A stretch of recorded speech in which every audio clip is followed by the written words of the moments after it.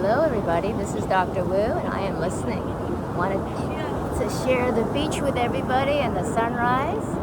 And again, we are here together. All the surfers are in the water and all the kids and all the adults were just enjoying being outdoors and all the beauties of nature. Like, look at these beautiful shells.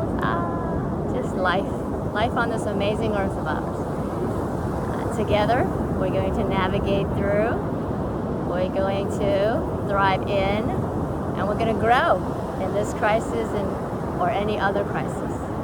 Together, we're going to become better, we're going to become stronger, and we're going to become healthier. Again, together. So, take a deep breath in, and let it out. Take a deep breath in. And let it out. Take a deep breath in and let it out. Now let's say you are actually in the middle of work, let's say. If you wanted to have a sort of a quick way of, again, regulating your whole mind, body, and spirit, the whole breathing, centering, getting into that parasympathetic and peace mode, you can also do a box, it's called. So it's 4 in, hold it for 4 and 4 out. So you can practice that. So breathe in for 4, hold for 4, and then exhale. 2, 3, 4. In, hold, exhale. In, hold, exhale. Excellent. All right. So I do want to give you a little bit about just the importance, because the body actually carries our memories, and so it's very important actually to work with the body to be able to process all the crises and the traumas that are going on around us. And one of the things is actually the studies have shown actually just that the practice of yoga under a very gentle guide or coach can actually be extremely beneficial. So, again, to process through trauma and also to process through the stress of life, right? Things that makes us anxious and the things that may make us fearful. So what I am hearing and I'm addressing today with this beautiful sunrise of ours is just a trauma, again, still, but also a trauma and abuse. It's an important topic because there's a lot of collateral damage or circumstances and crises and traumas that are occurring even outside of actually just the pandemic, the COVID virus itself and the illness. Because of the quarantine and the lockdown, there's been an increase in domestic violence and also domestic violence of spouses, but also domestic violence of child abuse of children, because they're not able to escape to a safe place for about 8 or 12 hours of a day at school, where they may be getting food that they don't really have at home. And then, of course, in abusive situations, emotionally, verbally abusive relationships, the balance of power, there could be a lot of violence there, an escalation of that. So that is what we're seeing and what I am hearing. So I felt compelled to address it. So one of the amazing books is by Patricia Evans. It's called The Emotionally Abusive Relationship. And it details a very important thing about destructive relationships is that you have to recognize it. So this is just partly sharing education, information. First is emotional. So just what is abuse? What is, what is it all about? What is trauma from that? Number one, abuse is never, doesn't have to be physical. It actually has to do all with power over somebody or control over somebody. So there's an imbalance of power. So instead of power over and control, what we want, right, is to have mutual connections and mutual co-creating. Okay, so there's two realities. One reality is the reality where there is abuse going on, and that is, again, power over and control. There's, in other words, one person who has the power actually tells the one that does not have the power, see the imbalance, that no, you shouldn't think that way. No, you shouldn't feel that way. No, you shouldn't do that way. And so on and so forth. And this is how you should think, this is how you should feel, and this is what you should do. And so there is, see the power, and there is no freedom for this person. This person is basically, right, in a powerless state, in a powerless or a helpless state, which again is a trauma. Remember, the definition of trauma was to feel powerless and to feel helpless and hopeless. So this is why trauma, abuse is very correlated. And the second part is, the second reality are people that choose to actually be mutual power. Let's share power. Let's cooperate. You have the power in this area, I have this power in this area, but together we're going to co-create something amazing. That's where the growth is. Where there is trauma or imbalance of power or abuse, basically, there is only concern for safety and trust. There is no room or possibility or safety to actually grow. It's only when you're in reality two, when you're actually working together to co-create, you feel safe and you can trust this environment, this person, that then you can actually co-create into amazing, beautiful things, right? So that is what we're talking about. And the reason this is coming up is even in all the 5 areas of life again, remember? Because even this was stirred up in me when I have heard that many doctors and nurses have been fired. They've lost their jobs, possibly their reputations, just because they spoke up against the power above them that they desperately needed PPE. They needed some protection. They wanted to. They are courageous, compassionate warriors, rescuers, healers, and they want to do their best and their job. But they're also compassionate warriors for their own self and their life and their families. So it was very vitally important to have the PPE. So of course they spoke up, but their imbalance of power, the power control, instead of co-creating and saying, oh, yeah, we're together on this, and I need you in the front lines. I'm an office pencil-pushing person, administrator. I can't save a patient with the virus in the hospital, but I need you. I need you, doctor. I need you, nurse. I need you, respiratory therapist, to do what you do.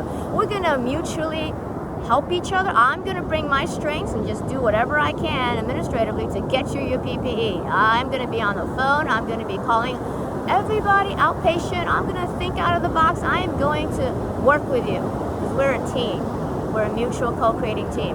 But if you're, there's an imbalance of power, then that does not happen. Instead, oh, no, a threat. No power. I'm going to fire you. Okay? So if, in case you're in a relationship like this at home, again, it could be a verbal threat. It could be anything saying that something's wrong with you, or you're very discouraging, devaluing you, things like that, or even implied physical violence, where it's like driving recklessly or punching a wall or throwing down objects. Those are implied trauma. Those are implied abuse. Again, the number one thing, so I can't address all of it, is make sure you are safe. If you do not feel safe, please, reach out, call 911. There's hotlines out there. If you're a child and you don't feel safe, there are also free, hotlines out there for Children's Protection Services. If you're in any danger, please take care of that. And then if you're not, then at least start freeing your mind and understanding all these concepts, and to see that there are really 2 realities, and you can choose which reality you want to live in. All right? And if you are, unfortunately, the victim of a reality 1 where someone has complete control and power over you, you cannot control, and this is Viktor Frankl said, you may not be able to control what is going on around you, like a lot of us right now with the pandemic, but we all can accept the challenge to control ourselves and to make ourselves better and to find meaning in the traumas, in the crisis that we find ourselves. And so the same thing with us, you know, we've seen some very out of power, right? Disproportionate power realities, even in our medical system, in our hospitals. That's going to be addressed. And it's been blatantly now we see. And there's other powers, right, in your sphere. You're going to see there's an imbalance of power maybe in the corporate world, you know. Of course, there has to be a certain flow, you know, different positions, but it should still be a mutual cooperative, co-creating existence. And if it isn't, what are you going to do about it to change it? The other thing is I am hearing a little bit about this, so I'm starting to be concerned, and I'm really seeing what the courageous thing to do that I can do. This is why I'm presenting it here. But then also the serenity to know that to let go of what I cannot, right? And the wisdom to know the difference. So there is definitely, again, reality 1 and reality 2, it seems to parallel another reality. There are the people that want to blame. They want to blame people, and for some reason, I think when they blame other people for things, it makes them feel better. So I think blaming and naysayers and people that are coming out of the woodworks now, just, you know, being really negative and abusive, okay, with other people that have tried their best to handle a very difficult crisis situation that we're in, this trauma, this medical war we're in. So that's something about that, I think.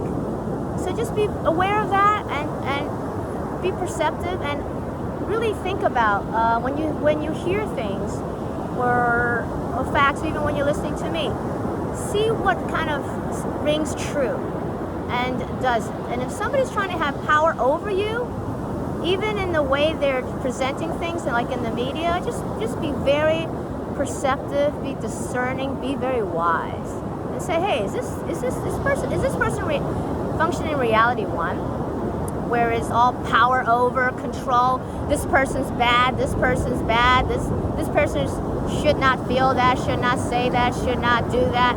Is that, which reality is that operating in? Or as you listen to somebody else, well, are they actually working with me, co-mutual, sharing of power, and co-creating something better, than actually higher and better than both of us? So just really analyze that, and just remember, yoga has really been shown to be very effective, very helpful, and the reason is because, and I'm just going to do some movement so you kind of can, you know, practice it, is that it actually gives you a certain time limit in the breathing and the concentration, so that it really does help not only the mind process some trauma, but also the body. Because the body, at the moment of trauma, the body, not unfortunately, but just it does. It's just the way it is. It stores the trauma, the time. It's kind of frozen in the body. So we do have to kind of heal that and release it. Again, we're just mind, body, and spirit. We just are. So this is how we handle it. So I'm just going to give you a few movements of yoga. Again, yoga with Adrian, and again, you can find your own. Do not just go with the first one. Find one that is very gentle, very compassionate, and actually restorative and healing. So let's do this one. And we all carry a lot of neck and shoulder tensions, you know, if you're at work or even if you're at home at this point. Just, you know, so one of them is just again, always with breathing. Just kind of, you can do this on armchair. Just kind of turn to the right. So good to see all the doggies on the surface. Turn to the left. A gentle stretch. Gentle stretch. I was in a car accident about a year and a half ago, so my neck is not full active range of motion, and there's still, you know, issues, but I am very careful. And of course, I do yoga, stretching, and all that I can, right, to help the body, the mind, body to heal. Okay, and then the other thing is, let's say, let's do this one. It's actually a modified version of the cat-cow pose, and that you're just sitting here, but you're just going to kind of round up your back as if you're hugging the earth, you know, just praying over the earth, peace and love and co-creation and mutuality and balance of power and love, right?